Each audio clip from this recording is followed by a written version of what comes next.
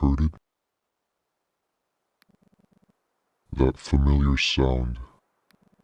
Screams, the sound of metal clashing, and someone talking to themselves. I wondered if it could be, and of course, it was you. It's been a really long time. I know. I know how much you hate me. I can't do that. You're in a really bad state right now. You're literally on the verge of death. So be it! Right, man! Oh, shoot. The wire's gonna... Oh my god. This LAN cable is really long. Guys, my food is here. I have to go grab my food. Hold on. Death can wait. Death can wait. Food comes first. It's like a minute from 12 a.m. Why am I Alright, this is breakfast. You're literally on the verge of death. And this might be our last time to see you.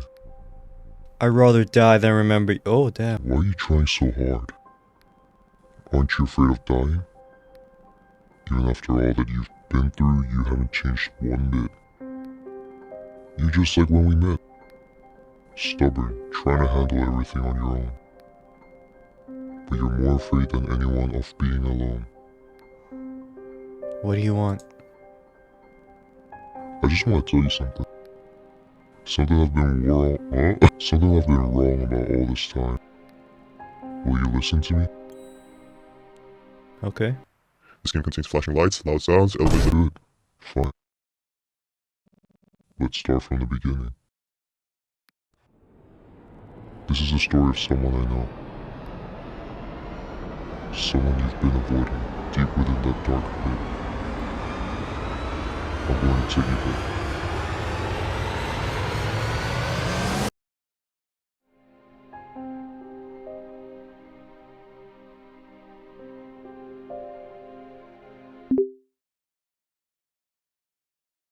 Our protagonist speaks to a close friend named Ember.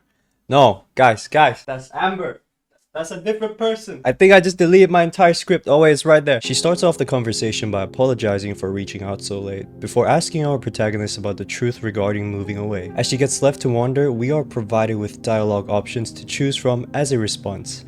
Unfortunately, there's no third option, telling her to fuck off. As we respond, Ember starts to become more and more anxious about the news of our character leaving, and starting to believe that it's true, and she was right. I'm moving. This set her off, leading her to mention a performance involving her and our protagonist that was meant to occur in a week's time, stating how much it meant to her and how we were deceiving her. Despite our character mentioning how they did not want this to happen, Ember remains upset over their inability to perform, but also emphasized how she felt betrayed by her best friend, who did not even bother to tell her of this news before leaving. Our character admitted that they were too worried to inform her, and could not imagine how much she'd hate them if they told her about the news. Brody fucked up. This further fueled Ember's rage, ultimately shifting her perspective on the protagonist. In this very moment, Ember lost all her trust for them, and as a result, ending their relationship as best friends then and there.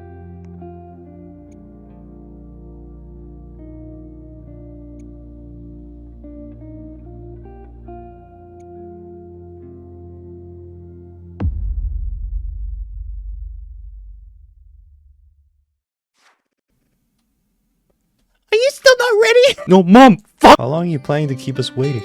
Why doesn't Mom have a face, an outfit, a hair? Why am I naked? At this point, our protagonist's family is getting ready to move out, and are waiting for our character to go downstairs. Wait, Simri? Bro! Wait, that's me! I was the protagonist all along, man! We then gain control of the character, who appears to look very out of place as compared to other characters. Which so far is only the mom, who actually appears to be gray too. Wow, we're a gray family. I've never seen gray people before. I'm not trying to be racist, but I'm just being real here. Moving around, we can interact with objects in the house. Picture over here, this is us. Why do we look like that? Graduation photo taken last summer. Why are we just gray?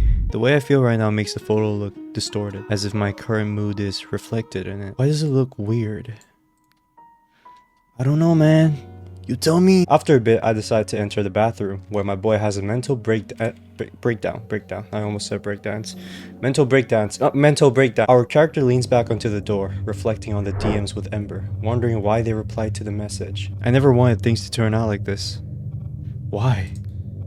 Why did I reply to that message? They become overwhelmed with remorse and guilt for making Ember feel emotionally devastated. Within the confines of the bathroom, our character continues to reflect on their ultimate fumble of the century, which may potentially cause generational trauma and maybe even a chain reaction at worst, forever dooming the future generations of their bloodline. Slowly, the screen's peripherals start turning dark. Emerging from the darkness are handprints, reaching out to our character who is clearly in distress and overwhelmed with self-doubt. I thought I'd grown out of being timid and thoughtless as a kid, but it seems I've become far worse. Maybe my dad was right all along. What's with the handprints though? I've become nothing but a selfish, thoughtless jerk who can't even follow basic rules. Despite my size, I'm still a kid who can't think properly. Dude, oh my god, this guy's really hard on himself. Before you know it, the screen goes completely dark.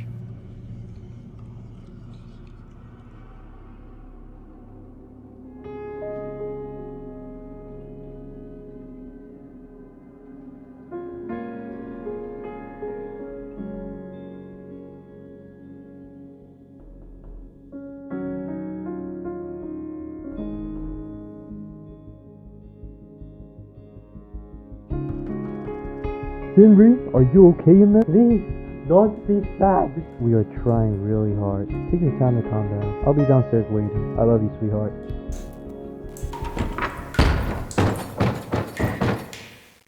Did she fall down the stairs? It's time to let go of guilt and move forward.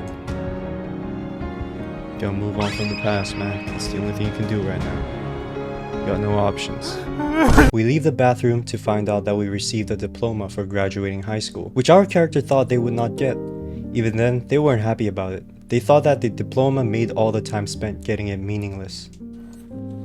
Well, there we go, item acquired. All of a sudden, the bad thoughts make a return. At this point, our character wants to forget everything that has ever happened. I can do it. This leads us to our new objective, memories that will disappear, where we run around the house turning off all the lights, with each light turned off representing the erasing of a memory made within the house. Whoa. Things to do, turn off all the lights in the house. I'm going to change. For the better. No, I have to change. I'm leaving behind the memories that bind me to the past. My childhood self will stay here, and only the image of the adult I'll become will go with me. Become the man you want to be, Sinri. Oh shit, that's me. The memory of playing with my mom when I was young. The memory of reading books while feeling the summer breeze. The memory of watching horror movies with friends. Gone. I'm going to forget them all. Okay, maybe you don't have to forget those memories. Just the negative ones, you know what I mean? It's a little bit excessive, not gonna lie. Remember the good memories, the positive memories. Get rid of the negative ones. Use those ones to make you a stronger person. Learn from the experience. Why do we false? So that we can learn to pick ourselves up. Which one? Okay, this one next. I have to leave it all behind. That's the only way I'll be able to move on. The memory of my mom making pancakes for me when I was young. Oh, why would you want to forget that though? The memory of me making lemon cake for my mom when I grew up. The memory of a friend playing pranks in the kitchen after a long time. I have to forget them all. Also, I would like to talk about how this place looks so cozy. If I forget these memories, then at least I might be able to start recalling these dreadful nightmares. However, on the final memory, instead of a fond, happy memory, our character gets reminded of a rather disturbing memory that definitely acts as a trauma, returning as dreadful nightmares. Wait, what the heck is that? These dreadful memories that haunt me wherever I go. What is that? Wait, is it like a home invasion of some sort? It feels like they're the reason I turned out this way. Like they've rooted themselves in my personality. No matter how hard I try to forget the nightmares, they keep coming back, tangled with the good memories. If I want to forget the past and move forward, I have to forget everything. I won't recall these nightmares, no matter what happens. I need to forget everything that reminds me of them. All the memories that bring back these nightmares, I'll leave them all behind as I leave.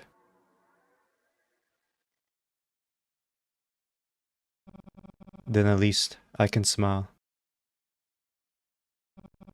Like I used to. Okay, dude. What the flip? What was that? Closing off that memory allows us to finally leave the apartment room. Moving down the stairs, we have the ability to interact and, in a way, interfere with the local tenant's business like a nosy creep. Gonna go up? What if I go up? What are you gonna do about it? Huh? What are you gonna do about it? I don't think I've been up here since I was a kid. I only knew there was an upstairs, that's all. Okay, there's even like a rooftop area. This might have been where the landlord lived.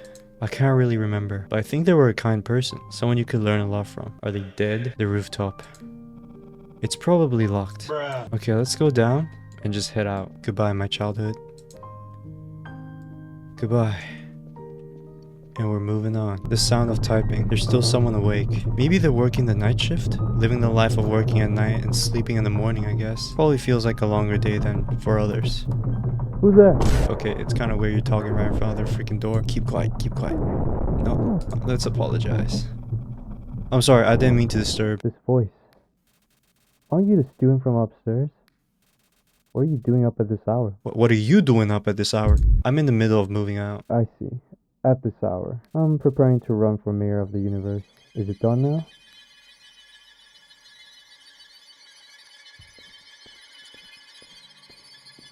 Mayor of the universe? The frick? Coming out in the middle of the night like this. It's not so bad, I guess. Yeah, let's think positively. I promised to change, didn't I? But why did you have to say that in front of somebody else's door? Okay, let's look around. Staff only. What's this? The smell. It seems like this place hasn't been cleaned up in a while. Rotten corpse. That's what it smells like. I don't know who lives here, but they must have a tough life. No matter how hard things get, I'll never let myself end up like this. This could cause harm to others. I could never do something like that. He's a person with a good heart, just making mistakes. You know, navigating through life. You know, it's the adult life, the initial adult life. Stepping outside the apartment, we are met with our mom waiting in front, with our dad waiting inside the car. Approaching the mom, we are questioned about what was going on in the bathroom. However, what was odd was that our protagonist's mother heard people whispering in groups. Maybe it was a good idea leaving the apartment after all, because this place is fucking haunted! Oh my god! Our character's mom decides to dismiss the question and reassures their well-being, reminding them that no matter what, their parents will always be there to support them. Even if they're gay. Why do I have to say that? And so we enter the car and the journey begins.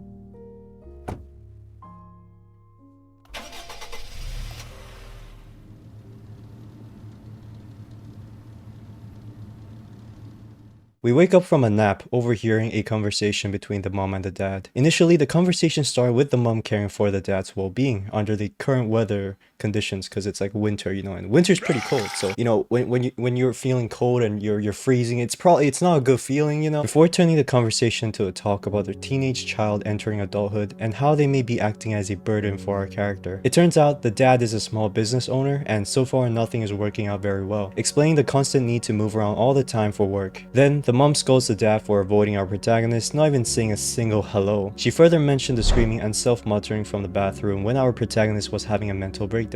She even thought the protagonist was possessed by a ghost. Bro, I'm telling you though, we probably were. That place was haunted, man. The dad blames it all on teenage stuff, stating that these issues will probably disappear with time and that he'll deal with it himself. Himself as in the dad will help deal with the issue. The mom disagrees and even mentions how it worsens with the only two of them together.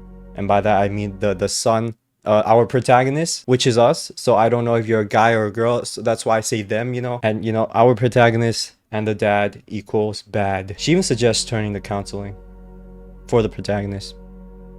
But the whole family probably needs it, I'll be honest. Then we wake up, our slumber interrupted by the mom.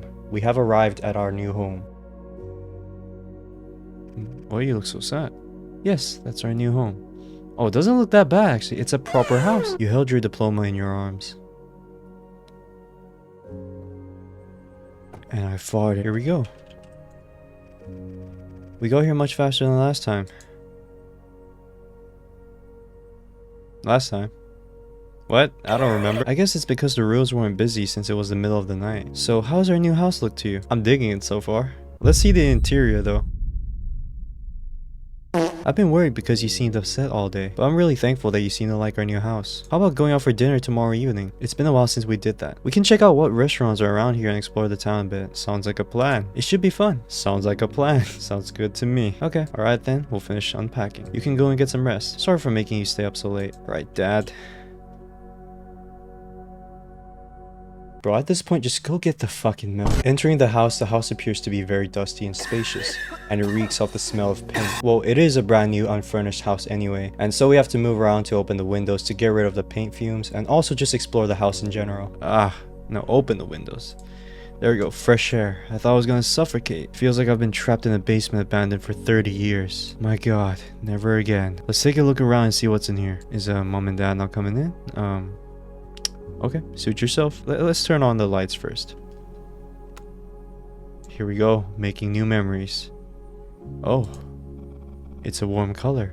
Hell yeah! I thought it would be kind of white. White is ass. It feels just like the afternoon sunlight. And the living room isn't too big or too small, just cozy enough. This house doesn't seem so bad after all. It feels a little awkward now, but I'll get used to it eventually. Everything's always hard at first after all. This place does look pretty good. There we go. Oh, it's the sink light. A sink with a view outside. I like it. It might seem small, but feeling the passage of time while washing dishes is actually quite nice. In the morning you can feel the fresh air, and in the evening you can watch the sunset. Those little moments, they help you appreciate life's slow pace. They really do. They really do. Huh? What? It's not working. Bruh. Is it broken? Well, this house is probably still being worked on. There must be a lot of things that still need fixing. Working on new memories! Metaphor, I don't know. Is that? I mean, it makes sense in my head. I'm not sure. Electricity, gas, furniture, and this horrible paint smell. Moving in really comes with a lot to do. Oh, there we go with the... Is that a cough? Okay, I don't know what that is. Is that a yawn? I'm exhausted. It must be around 3 or 4 a.m. now. I've never stayed up this late before. No wonder I'm so tired. I should just go to sleep. I can't keep my eyes open anymore. Is my room going to be this empty too? I freaking hope not. I hope there's at least a bed. I just want to sleep comfortably. I want to look around. Can I like... Okay, no. I need to go up.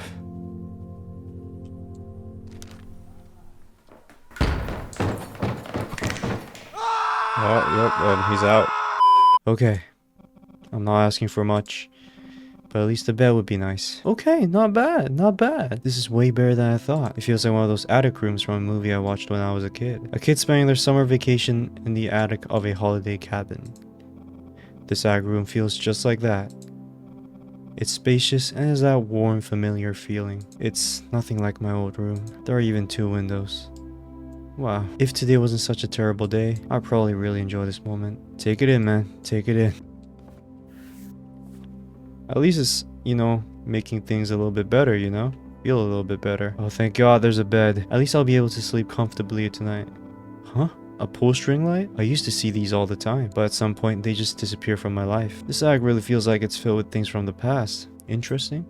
Oh shit, that's a ghost! Yeah, I can do this. If I just keep moving forward slowly, one day I'll be able to forget everything. Just like now, one step at a time. Take it slow. You gently place your diploma on the shelf. Oh no, what's happening?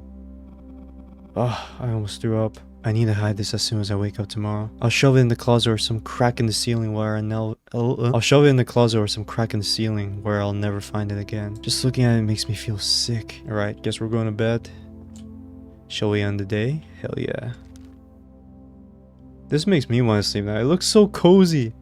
Ah! This is the best part of the day. It feels like my whole body is melting away. Whoever made this bed, they deserve an award. A big one. A gold trophy encrusted with jewels. This bed is ridiculously comfortable. I feel like I could fall asleep right now. You did well, Sinri. Thank you. Thank you. I got a shout out by my own character who is also named Sinri. You survived another day. Just rest now. And wake up to a better morning.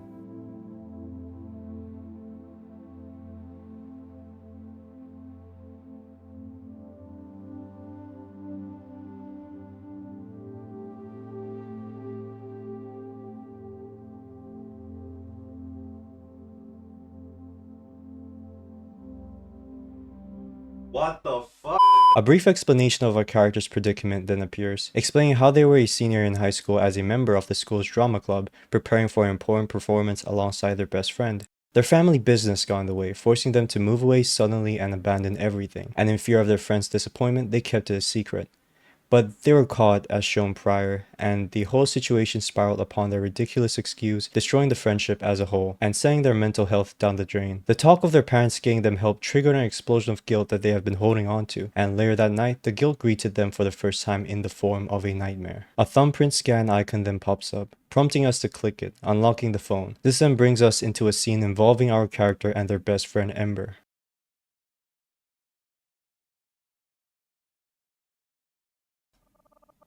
Hey, can you stop looking at your phone and pay attention to me for a second? Who's there? What's so interesting that you didn't even notice I was here? Mind sharing the fun? Who the fuck is talking? Ember? How long have you been standing there? About 5 minutes? 5 minutes? You crazy, huh? When did you get here? I didn't even notice you. Oh, I can move my camera. I didn't freaking realize that. Ember, being a nice friend, stops by the convenience store to purchase our favorite drink, Pola, on the way here. Should have gotten us Coke instead. Not to be confused with the soda. She bought it as a thanks for coming out to meet her late at night. Ember takes a seat and then invites our character to sit next to her. They then engage in a pretty deep conversation. Ember?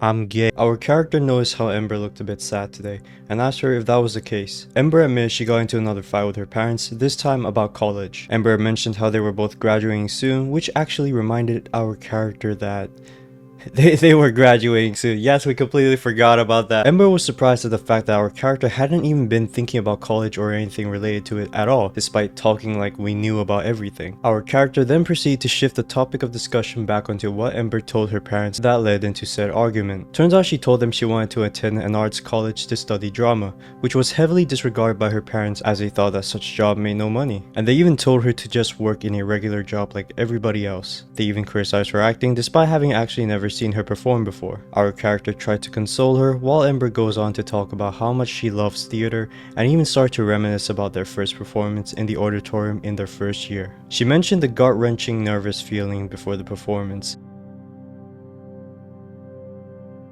and how everything they practiced came out naturally. Then the feeling of the eyes of the audience being focused on them, and the cheer from their friends as they all went up the stage together and bowed at the end of the performance. They all even stayed behind to clean up and even enjoyed the food the teacher bought for them. She loved all of that and wanted to cherish and never forget these memories. It was her dream, and that dream was brushed off by her parents, her own family, her own flesh and blood, the same people who were meant to support her all the way. She then mentioned how she's been jealous of our character, how they have kind parents and always allow her to visit them. The protagonist then countered with, "No, my parents aren't that great either," stating how their parents have always been so busy and have so much work to do, only coming home late at night. They feel alone at home. But yeah, no, she's still jealous. All she wanted was room to breathe, away from the pressure imposed by her own parents about her future. The protagonist consoles her, telling Ember to let it all out, not empty the mag in the blicky that she probably has kept in her pocket, but let all the tears out. Ember then asks our character to promise her one thing: to perform the graduation performance with her, no matter what happens, to perform it with her and not leave her. Oh my god, dude, she's actually so freaking funny. She could perform at a circus and I'd buy a ticket. I'd fly all the way from to freaking Andromeda, dude. Did I just dox myself? Am I even recording? Hello?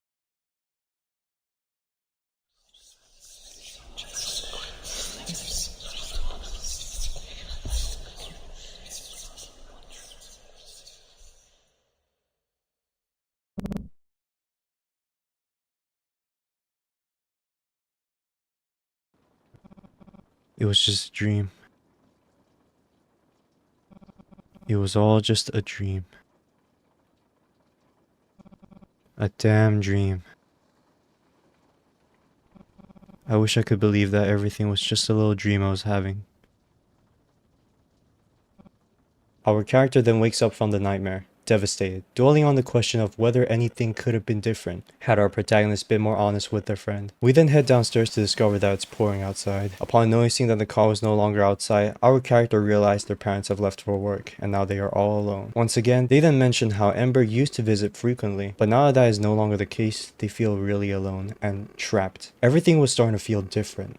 They didn't mind being alone, but over time it slowly crept up and ambushed them. Ember was the one blocking the darkness and the loneliness out, but not anymore. All of a sudden, footsteps approach our character. What's going on here? Dude, what the heck? Footsteps?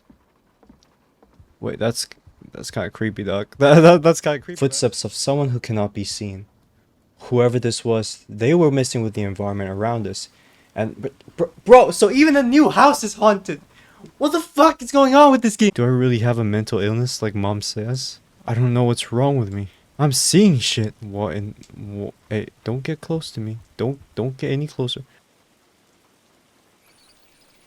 What? Whenever I feel like this, my mind just goes blank.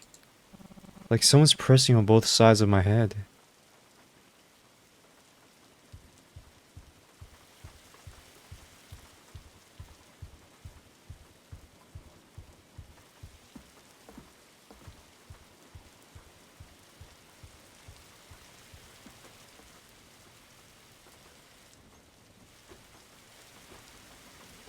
What? When I was a kid, if I woke up to the sound of rain, I could hear it and feel safe. Like my parents were right beside me, protecting me. And I think I was really happy then. But now, everything just feels so irritating. I don't even know what I'm supposed to do anymore. The water's getting in. I'm almost an adult, but unlike my friends, I didn't get into college. I don't even know what I'm good at, unlike everyone else. I thought I was trying hard in my own way, but maybe I wasn't. I was just struggling to not be ignored. Dude, it's flooding. Hello? God, I'm so pathetic.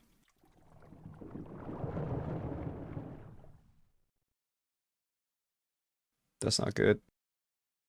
Drowning is usually not a good sign. When I think about it now, I don't think forgetting is possible. As I keep living, new memories will pile up, and maybe they'll push this nightmare down. But I don't think I can endure that anymore.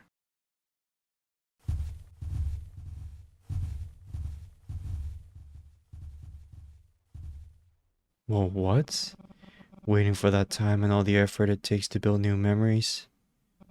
It feels too hard. I just want to stop. I wish I could just disappear from this world.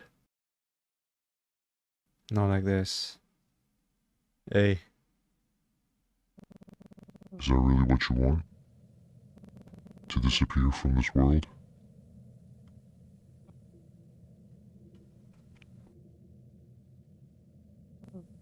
Wow. You're really selfish, aren't you? What about the people who care about you? What about your mom? Your dad? How do you think they'd react if you were gone? They'd be devastated, wouldn't they? The child they fought so hard to bring into the world. And here you are stuck in these thoughts. How useless are you planning to be? How about this? Let me help you. I'll make sure you don't have to suffer anymore. I'll make you happy. Just take my hand.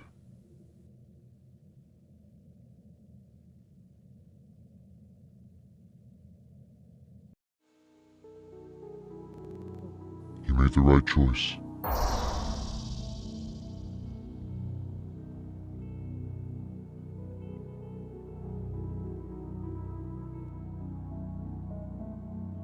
From the darkness, the alleged creator of the footsteps, a dark entity, approaches our protagonist. It checked up on our character, asking, How was your day?